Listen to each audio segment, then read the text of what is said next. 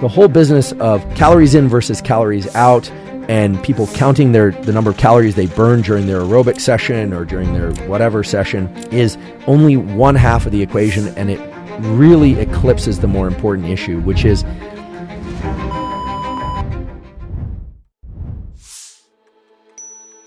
so on the one hand, we have this reality of calories in versus calories burned.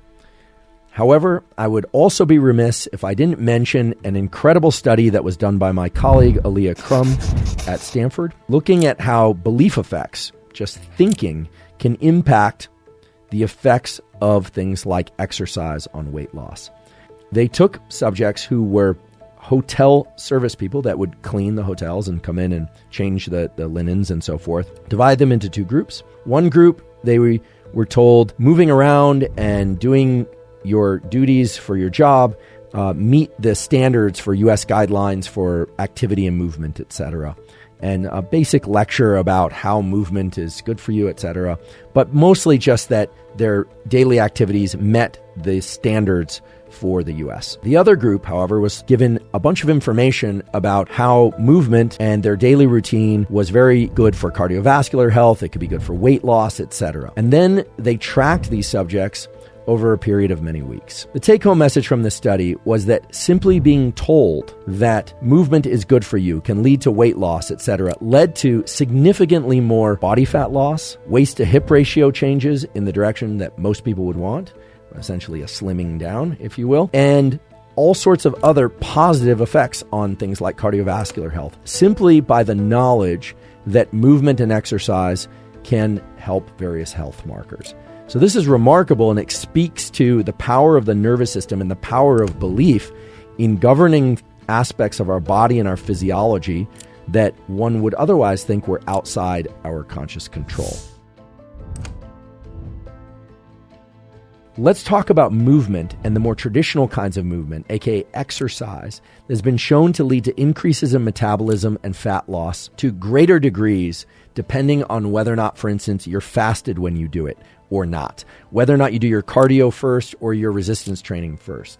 And this is, again, in a literature for which there's a lot of controversy, but in digging through all the studies on this, we're finally starting to arrive at a consensus of when is best to do exercise and what types of exercise to do if your goal is fat loss. Different types of exercise engage the musculature of the body and the heart and the lungs in different ways and can have vastly different effects on things like hormones and metabolism, depending on whether or not it's of high intensity, moderate intensity, or low intensity. So rather than think about weight training versus cardiovascular exercise, I think the most simple way, the most fluid way to have this conversation about exercise and fat loss is in terms of three general types of training. Whether or not it's done with weights or body weight doesn't really matter. And those are high-intensity interval training, so-called HIIT, H-I-I-T, so high-intensity interval training, sprint interval training, so that's going to be very high intensity, or SIT, or moderate intensity continuous training, M-I-C-T. So we've got HIIT, SIT, and MICT, M-I-C-T. The whole business of calories in versus calories out and people counting the number of calories they burn during their aerobic session or during their whatever session is only one half of the equation, and it really eclipses the more important issue, which is how much of an increase in metabolism does a given exercise create after the exercise? And we could talk for hours about this, but the simple way to view this is that high-intensity training, anaerobic training of weight training, sprints, burpees, any kind of thing, push-ups, sit-ups, whatever it happens to be, that anaerobic exercise that's of higher intensity or sprints taps into glycogen stores during the movement and will burn more energy per unit time than moderate intensity. High intensity burns more than moderate intensity. That's straightforward. What's interesting is that all the studies that I was able to find on what happens after that type of exercise showed that the percentage of fat that you burn after high intensity exercise is actually greater. In other words, you burn a lot of glycogen during the high-intensity exercise, and then after the exercise, the post-exercise oxygen consumption, as it's sometimes called, goes up. We know this. After you train intensely, that post-exercise oxygen consumption goes up, sometimes for up to 24 hours. And it is during that period of time that you oxidize more fat, not glycogen. Now, what's interesting is that the reverse is also true.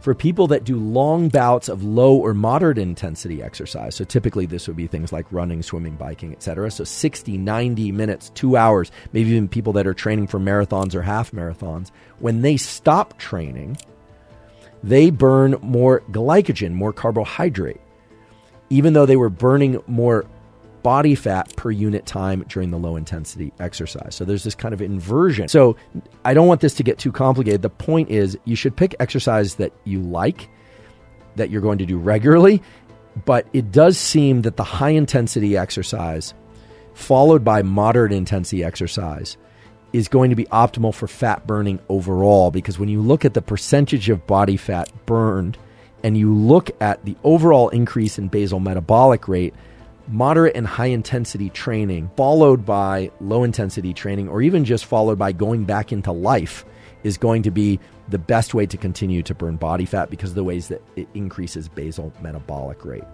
Now, this could be distilled into a simple protocol whereby 3 or 4 times a week you do high intensity training followed by either nothing or followed by low intensity training, especially if you're able to do that fasted.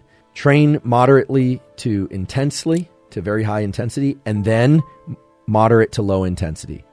Or train moderate to high intensity and then go about life. And in fact, I have a friend who uses this strategy. He likes the train intensely and not that often protocol because he's a very busy person. So he'll train for 20 or 30 minutes intensely with weights or just body weight movement, doing a lot of, he does burpees and push-ups and sit-ups and pull-ups and just kind of moving in kind of circuit type training, but where he's breathing really hard. The goal, he always says, is I want to breathe hard for 30 minutes every day. And then afterwards, he hydrates and drinks coffee and moves into his day. And he's walking around and taking calls and carrying around his children and doing all these kinds of things that keep him really busy with kind of like low intensity work. So I think you get the principle now.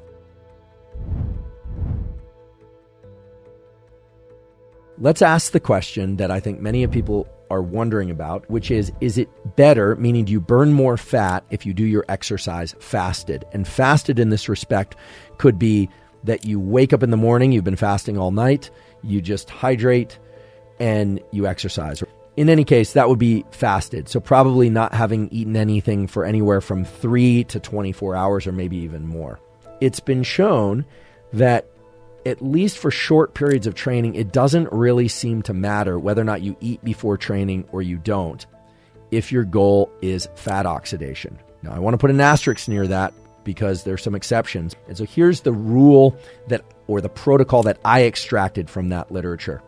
At a period of about 90 minutes of moderate intensity exercise, I want to be clear, at about or after 90 minutes of moderate intensity exercise, there's a switchover point whereby if you ate before the exercise, you will burn far less fat from the 90-minute point onward than you would if you had gone into the training fasted. So let me repeat that. If it's moderate intensity, so-called zone 2 cardio type exercise, at the 90-minute point, if you happen to have eaten before the exercise within 1 to 3 hours prior to the exercise, then you reduce the amount of fat that you will burn from 90 minutes onward. Whereas if you had fasted prior to the exercise, you hadn't eaten anything for 3 hours or more prior to the exercise, at the 90-minute point, 90 minutes of exercise, you will start to burn more fat than you would had you eaten. If you want to burn more fat per unit time, you want to oxidize more fat, then you would do that fasted. Now, there are also studies that point to the fact that you don't have to wait to 90 minutes in order to get this enhanced fat burning effect. If it's in your protocols and have been approved to do this safely, exercise intensely for 20 to 60 minutes. The higher the intensity, obviously, the shorter that bout is going to be, and then move over into zone 2 cardio. And if you do that fasted, or the medium intensity cardio, I should say, and if you do that fasted, then indeed you will burn a higher percentage of body fat.